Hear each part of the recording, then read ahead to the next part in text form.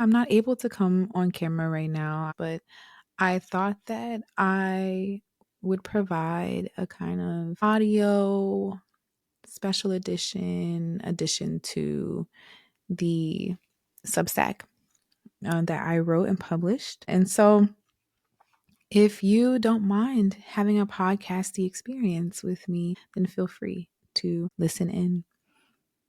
If you're new here, hi, I'm Brendane. I am the host of Black Love Free, and on Substack, this is Black Love Free Behind the Mic.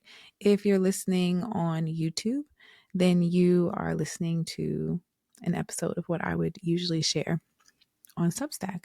But I thought that just be another voice in the abundant space of critique, in the abundant space of pushing back against empire, which means that if you have been feeling like so many people have said what you believe and you feel like your voice is not important or needed right now, that's actually self-censoring, self-silencing.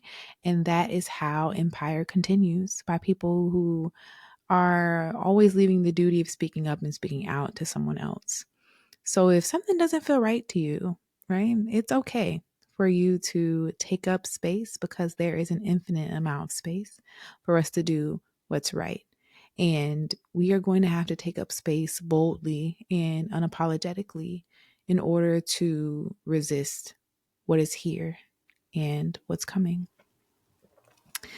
So, in that same spirit, that same vein, I am not someone who likes to talk about Beyoncé because I'm not a fan. I'm just not a fan of Beyoncé. Have never been a fan of Beyoncé. My family is a Kelly Rowland household. And when I was younger, we had a lot of different theories about how Kelly Rowland and Beyoncé are related to each other. But one thing that we always kind of affirmed was that um, Beyonce received the shine that she received because of how she looked, and that she was the quote unquote legitimate child of Tina and Matthew. And so I'll just say that I cannot even tell you the name of Beyonce album. Like, I don't listen to Beyonce. I know Me, Myself, and I know the first half of the Lemonade album. When she forgave that nigga, that's when I said, "Oh no, turn it off. We don't do that over here." Um, and I'm not gonna say what I was gonna say about Sagittarians, but forgiving a man, especially a man who's done what he's allegedly done, is not okay. It's not okay. So yeah. So I woke up at 2:30 in the morning, and I found out later it's because two folks that I really love down in the spirit and beyond, Mother Jeida and Mother Zolani, were praying, and their prayers ended. I woke up and was like, let's write. Let's write. Like, my spirits would not let me rest, and this was just literally on my mind, on my spirit. And Beyonce won't save us. Only we can save ourselves. A tropical Leo full moon rant on remembering the source of joy, reclamation, and resistance.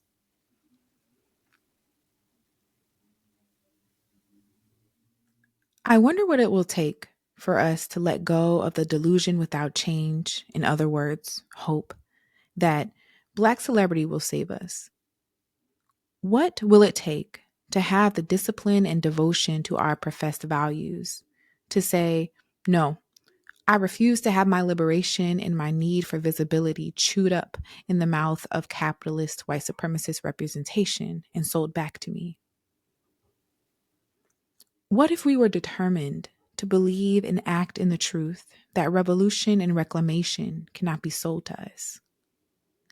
What if we stopped pretending that there needs to be nuance here or anywhere celebrity is involved? What if we accepted that quote unquote nuance in the form of denial and self betrayal will only continue to cost us our time, our money, and our lives. What if we refuse the need, quote unquote, to be sedated, numbed, pleasured out of facing the pain of our reality? Capitalism is fucked up. Like, it's fucked up. And if we face that, wouldn't we be more, I don't know, would we be more willing to rebel? I think that's part of the point of entertainment, right? What if we denied the only antidotes to our collective suffering that capitalism can offer us, individualized representation and entertainment, and tethered our joy and pleasure to what sustains us? What if we chose to face the truth that our continued participation in our oppression is in fact part of what sustains it? What if we truly believed that only our refusal to be appeased and distracted from the truth will cease our suffering? Because it's not like our oppressor's benevolence will free us anyway, right? What if we actually assumed responsibility for our freedom? If our enemies and their allies have the power to determine what is joy and where we can find it, then we will never be able to claim it for ourselves. It will always be on the other end of a purchase. I guess in plain words, I want to express my frustration. It seems that there is nothing Beyoncé cannot do that would be worth protesting. The price of her silence in the midst of mass genocide, economic depression, soon to be relieved by war, and her husband's ongoing suit for allegedly a child and more, right, is $700 plus concert tickets, which what the fuck? I'm like, what the fuck? And folks are literally and virtually standing in thousands long queues for her to continue to be silent. I will never know a life in which my silence pays me, but it will always cost me something. But that is, in fact, the perversion of representation, especially through celebrity. I guess the bitter bitch scholar in me is disturbed because Beyoncé seems to be the only Black woman who can be a billionaire, revolutionary, and victim all at once. She also seems to be the only Black woman and eldest daughter who can escape responsibility for those around her and her actions, while simultaneously being the source of hope to rescue the poor, the queer, the gay, and everyone else from the horrifying realities of Western white supremacist anti-Black empire, even as her presence, wealth, and power perpetuate them. To someone who gives a fuck about you and your needs, much less your freedom, ask you to honor their silence and complicity with money and time when the price of eggs, rent, etc. is too damn high and will continue to increase. Why are folks out here acting like this is not a deliberate political choice being made? Like she is a victim to money and power? Or worse yet, folks out here acting like she's actually responsive to y'all's demands to consume more of her music and beauty. Like Mother Beyoncé, she hears us and she rescues us from our drought of not having enough of her. Why are we acting like out of all the possibilities of things to do, her only and right choice is this? Because we have no other source of joy, hope, and happiness right now. I know I'm supposed to find my hope for a better day, i.e., the return to the apex of U.S. empire, in a super rich, light skinned woman who is at once a perpetual victim, boss, icon, quote unquote, revolutionary, feminist, devoted wife, and mother, who only put down the icy blonde hair to don a blacker blonde wig, which I saw as a move to be more down to earth, to endorse Kamala Harris, but I cannot. I know I'm supposed to find my joy in dressing up and singing along with others because the world is ending anyway, and I deserve an escape from the hardness of life, but I cannot. I'm sure that some academic somewhere will tell me that that necessary, quote unquote, act of finding beauty and pleasure is the same as principled feminist resistance, but that just doesn't sit right with my soul. Like, let's be fucking for real. We are increasingly being told and sold that our joy cannot be found in affordable housing, safe food, safe streets, safe skies, even, etc. For those are the arduous demands of struggle that require an escape or remedy through entertainment. And we literally buy into that. We resist everything but the notion that joy and struggle, even death, must be separate. And yes, I'm not going to sit here and say struggle ain't hard. That's literally why it's called fucking struggle, right? But our movements might be better served by a staunch refusal of a capitalist Christian European binary thought form that separates here, which is suffering, from there, joy and paradise. The past from the present and the future separates us from ourselves and sells it back to us refracted, broken, sometimes blackened, sometimes holy, but frankly, always at too damn high a cost. What if we instead found our joy in the struggle that sustains us, connects us back to time, and brings us back to ourselves? What if we found joy in demanding that what was stolen from our ancestors, ourselves, and our descendants be given back to us, not in some distant future, but now? What if we refused the quote necessary escape end quote that entangles us further into empire through debt, COVID and other sickness, denial, competition, body shaming, exceptionalism, colorism, etc.? I can't help but wonder what kind of quote solidarity statement, and y'all know I don't believe in solidarity, but I can't help but wonder what kind of solidarity statement we would make if we collectively refuse to give these billionaires the opportunity to hoard more of our wealth and our time until they got right with us. What if we found joy in being in right standing with each other? We are sold the nuanced belief that as repression increases, we will only find our joy in packed stadiums in the midst of multiple public health crises, dancing to the lyrical, reclaimed, quote unquote, refrains of revolution squeezed from nothing. We are told that the acceptable path to freeing ourselves is swallowing the palatable mix of scraps that is black capitalism and consumerism, camouflaged as pursuit of self-determination. We eat that shit up and expect to be full, but it was never meant to satisfy our hunger. It's past time that we remember that our nourishment is elsewhere. And I said this in the workshop that I recently did, Safety Planning for Liberation, where we looked at a spiritual political definition of oppression. And I wanted to underscore here that a lot of what we're being asked to do is rooted in Christian understandings of the world, right? And liberalism, in which how do I say this politely? I don't know. I don't care.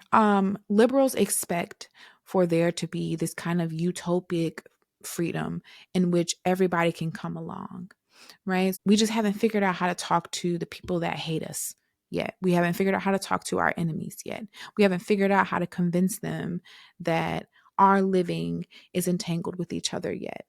So liberalism is the act of bending your needs, right? The act of self-betrayal on a political level in which you say, well, since we all belong here together, we should all be included. I'm going to give up some of what I need to survive so that those who want to kill me can sit in the room with me. And so we see this happening and playing out in all different aspects of movement work and of society, honestly. And part of that is a white supremacist Christian worldview, right? That believes in saviorism, that believes in sacrificing yourself and letting Sky Daddy, fight your battles, right? That believes in a kind of righteousness that is staked in martyrdom. But I want us to be free from that. Right? I want us to realize, and what I say here, right, is we cannot expect to be free and carry our oppressor with us and within us. Perhaps it is a Pisces moon in me that wants revolution, freedom, and liberation to mean something, to continue to be sacred and set apart. I refuse to believe that hundreds of years of struggle can be handed back to me in a country album, in a diss track, or in a 13-minute show in a sports game. I don't wish to reclaim capitalist time and fill it with empire approved images of righteousness, rebellion, and black, quote unquote, beauty.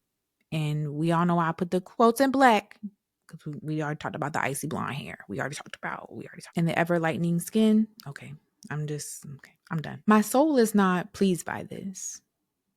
My need for beauty and community is not and cannot be satisfied here.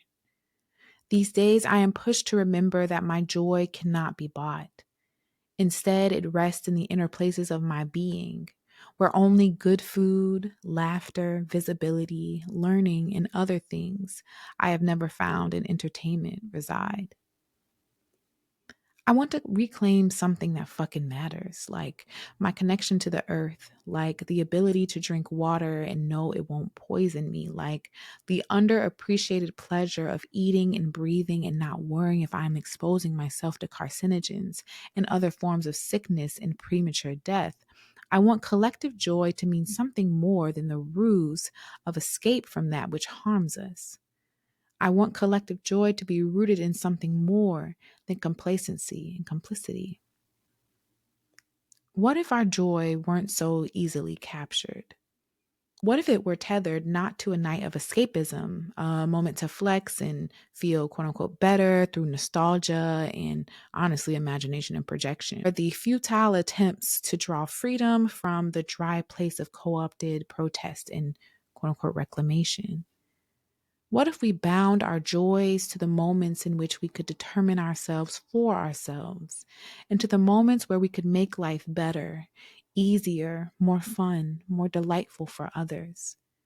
What if our joy was inextricably tied to the tireless pursuit of what is actually life-giving in the communities we create and sustain through our time, money, and energy? What if we pursued that joy by any means necessary, even if it meant the end of status in the world that is? What if we pursued that joy despite whether we believed that it was possible to even achieve it?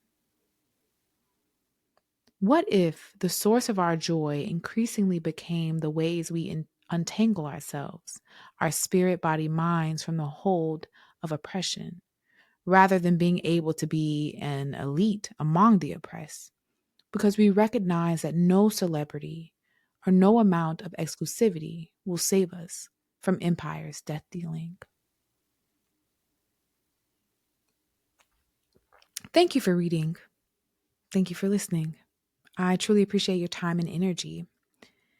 I wanted to also read the footnotes for those of you who are listening and you're curious about what the footnotes have to say. Um, so I have a few footnotes here, 5 footnotes. So I'm going to share them. So in the beginning, I said that I defined hope as delusion without change. And that comes from Joy James's book, In Pursuit of Revolutionary Love, Precarity, Power, and Communities. And she opens the book with a really beautiful story about Oshun and the sacrifice that Oshun makes to save humankind. And that's how we kind of start the book. We start with an understanding of sacrifice. And if you want to learn more about that book and like literally sacrifice and its connection to movement, I suggest that you listen to the podcast, the second episode about love. That is the one to listen to, where we talk about sacrifice and its connection to movement and love. Right, but here, what really struck me in that moment where she's kind of writing with and against Miriam Kaba's definition of hope as discipline, right? Hope is a discipline. We maintain hope to continue the fight. And Joy James says, what if actually we get rid of hope? What if we say fuck hope and actually use despair as a politic and say, yeah, okay, hope, girl, you cute, but you actually sustain my investment in what the fuck is going on here. When I am despaired, that means I have given up. I have given up on empire. I've given up on what's happening here. I'm not about to sit here and deal with this and deal with you. And so I think a politics of despair is essential. And that's something that I definitely want to talk about on the podcast in the second season. Next footnote talks about visibility. Yes, the difference between visibility and representation. And so here I give a kind of short definition about the difference.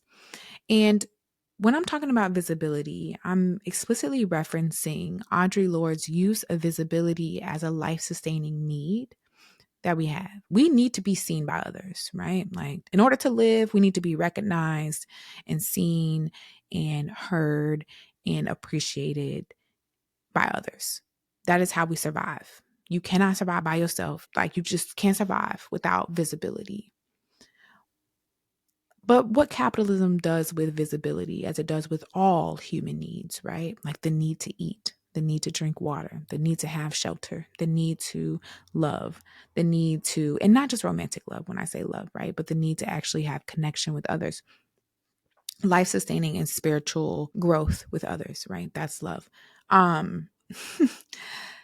Care and accountability, all these things, right? What capitalism does is take that shit, chew it up, run it through these interlocking gears of oppression. Well, really what oppression does, which includes capitalism, right, is it runs it through and it gives you back this smaller thing that doesn't have the same kind of power or energy, which is representation.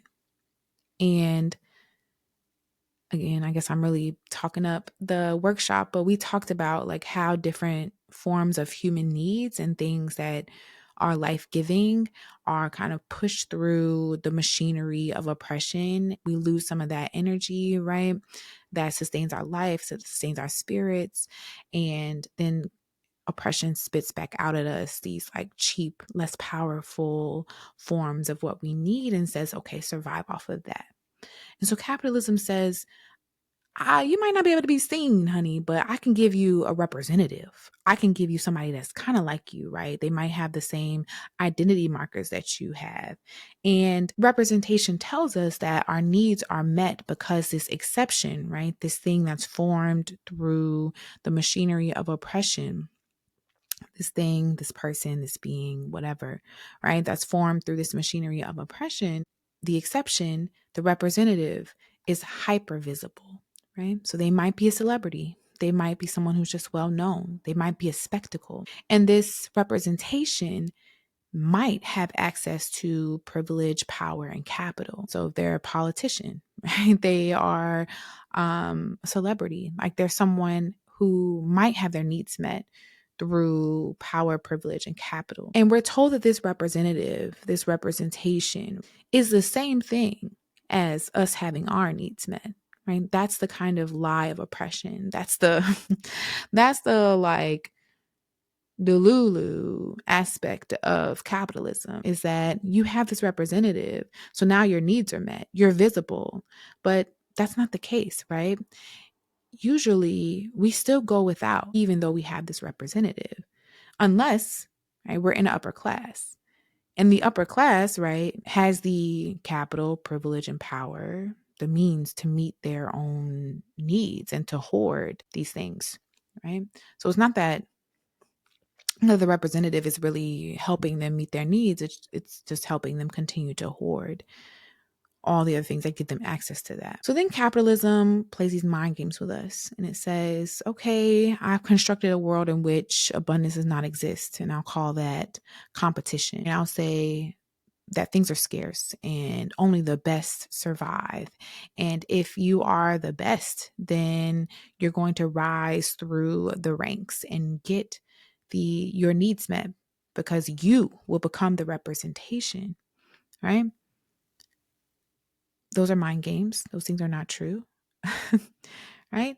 And so the point of this is to really think about what celebrity does as a form of representation, what it does to help perpetuate capitalism mind games, and keep us exchanging our needs for the less powerful, the less energy dense, right, forms of representation that we're given. Um, so visibility is a core need of being recognized in safe and supportive community. That community sees you in the truth of who you are without refraction or representative. And that being seen, that being held, that being cared for without refraction or representative is what meets your need for visibility, right? Versus being given this cheap substitute of representation. So that's like the quickest way that I could explain it. And of course, the wordiest way. But visibility versus representation is something that I'll be talking about in the second workshop that we're going to be doing on identifying and attracting aligned community, where folks will have opportunities to think about their values and think about what they really want in community and what it means to be cared for and seen. So if you want to learn more about that, feel free to sign up. So the next footnote is about Beyoncé herself. And I talk about or think of Beyoncé as kind of the great non-feminist, non/feminist exception. You can say what you want to say, you can believe what you want to believe, right? I'm not being misogynist by pointing out that Beyoncé seems to be a figure who can escape accountability, right? So that's what I mean by great non-feminist exception. There are a bunch of reasons for why that is. And there are a bunch of scholars who've written about all the things that they've written about. Like this essay is about her, but it's not really, right? So she's just like a figure and a symbol in a larger argument around celebrity and capitalism and redefining joy.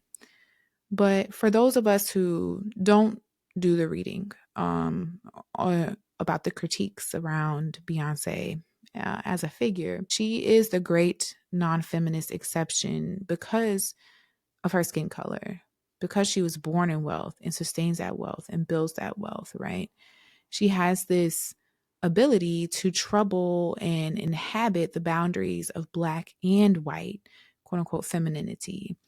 The hair, the body, the open diet culture speak. You know, she and Oprah are both open about what they don't eat, right? And it's like all that money you make and you still can't even eat what you want. That's wild.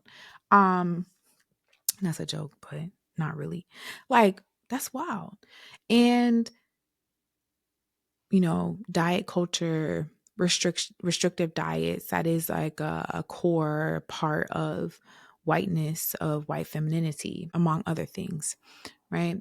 And so, you know, we add on top of that her extraordinary talent, and she becomes someone who is untouchable. And I'm not going to go too deep on her in this either, because like I said, I'm not a fan. I don't listen to her music. So I'm just going to leave it here and encourage you to do your own research.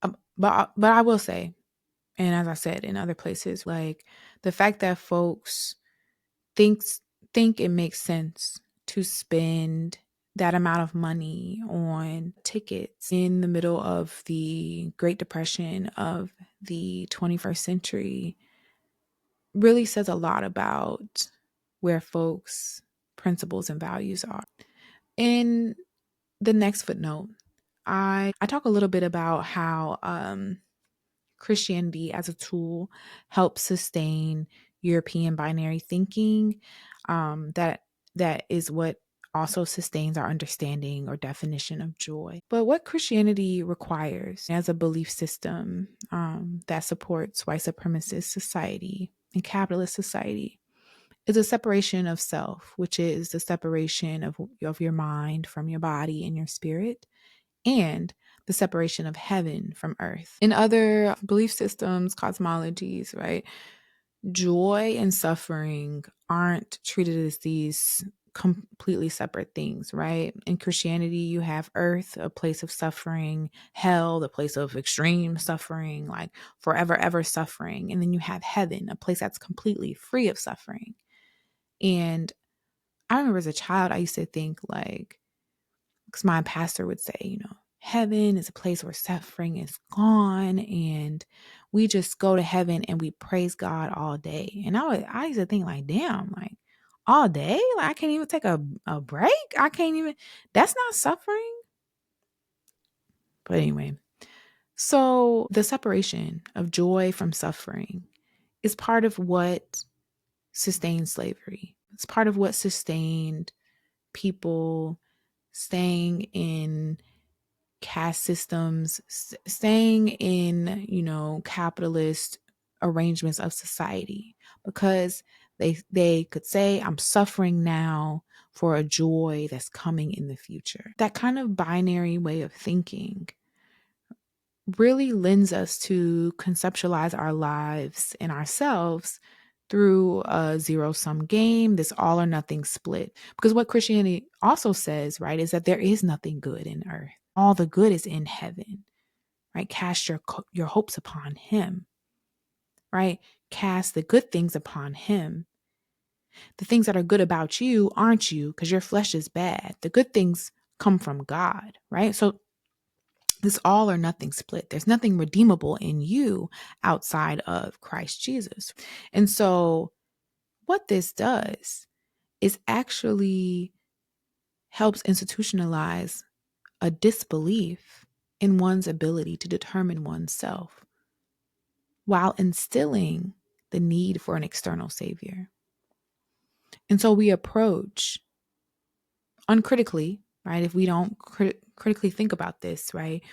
Even if we're not Christian, we live in a society that's constructed through these values. And so if we're not critical, we are approaching our movement spaces, we're approaching figures with this instilled disbelief in ourselves and throwing onto political figures, Martin Luther King Jr., Malcolm X, Rosa Parks, Harriet Tubman, in some cases, in a lot of cases, Beyoncé, this ability to save us. And Christianity is blasphemous to think that anybody else but Jesus can save you. But that belief is actually what helps sustain society. So the Bible consistently talks about putting joy in heaven because earth is corrupted and destined for destruction. Earth is going to pass away. And then in Revelations, Jesus creates new heaven, and everybody who's not on the horses with him, and y'all, I'm joking, this is not really how it's written, but everybody who's not in the sky with him, y'all about to be in the lake of fire, y'all burning, right? What this does, this belief system, is actually separates and partitions suffering on earth, right? So the capitalist, patriarchal, anti-Black suffering on earth that is created and constructed through forms of oppression from the white supremacist wealth hoarding pleasure of heaven. Because again, if all of the joy is in heaven, if all of the wealth is on them gold paved streets up there with Peter and Jesus and Ronald Reagan, that's hoarding. But those who get me, get me. That's wealth hoarding. Those who get me, get me. And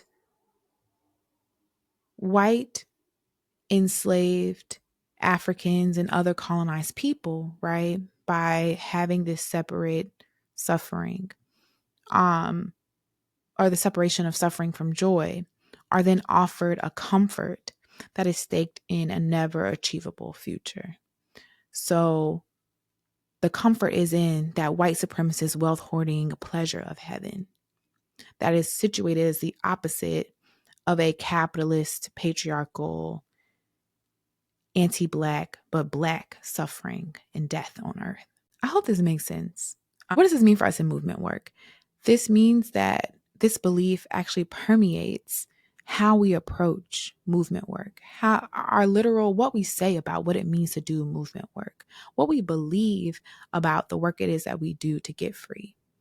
It permeates this belief through a kind of tacit, unvoiced belief that joy and suffering are at odds with each other and cannot coexist. And because of this, right, the suffering and the hard work that is movement, there is no joy there. But the only joy you can find is joy outside of that. And it can and it must compromise your values, because your values are all in the suffering. It's all or nothing. Your values are all in the suffering. So in order to escape that, to survive and be in joy, you got to leave them values behind, right? They cannot coexist. And there's no joy in struggle. And so when we approach talking about joy, right? And we approach doing these kind of self-betrayal things, which are making celebrity saviors and giving our money and our time to them in ways that don't like literally make sense, that compromise us in our movements. We are actually pushing people away from the movement, one, right? By saying there's no joy here. If you're here, there's no joy, because we are working hard. And then, when we are quote unquote hypocritically hanging out with them, and it's like, but wait, I thought this was against the movement. What you doing over here? Right? It makes things much more alienating and isolating and separating and divisive than they need to be. And I think there are folks who have written really great responses about that, about how we're all trying to quote unquote get free, but we are speaking past each other. And Cyree, Jarrell has a great piece about that. And then my last little footnote, my little quip, because yeah, I have so many questions about why it is that people want to use the word reclamation and reparations and all of this mess, like to talk about celebrities amassing more wealth. What are y'all talking about? But in particular, this like recent conversation about reclaiming country music. What is so bad about letting country music belong to white people? Like, what is so bad about that? Why can't they have it? You see how they be dancing to it? Why can't they have it? Like, what is so necessary about taking it back if we know that the truth is that they stole it from us? Why do we need to take country music back?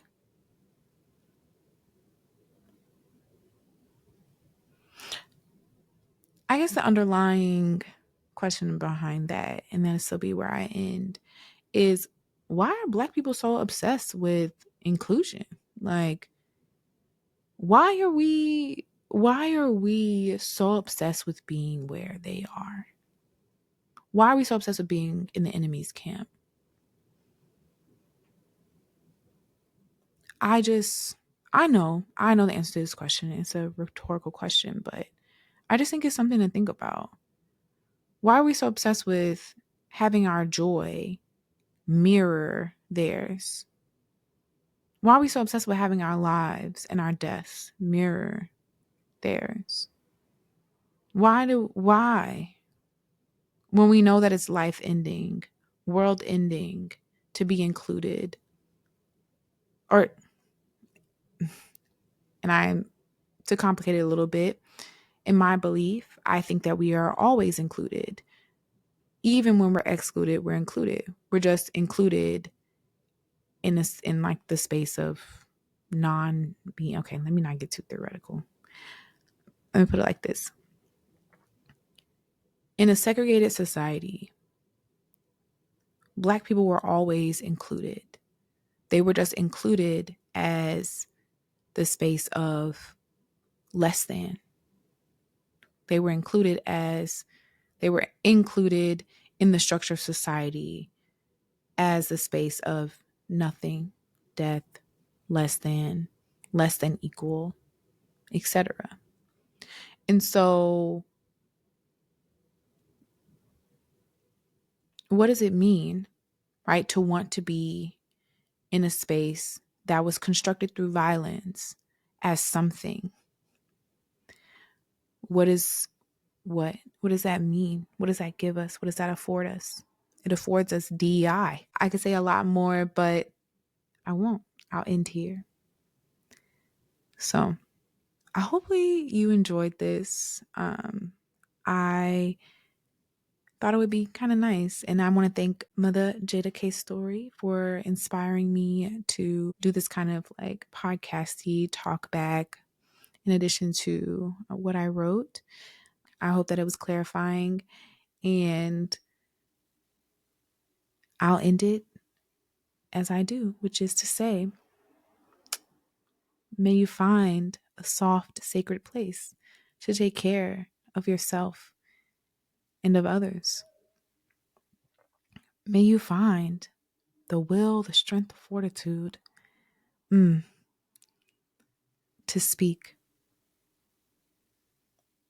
And to speak knowing that there was always space for you to speak. There's always space for you here.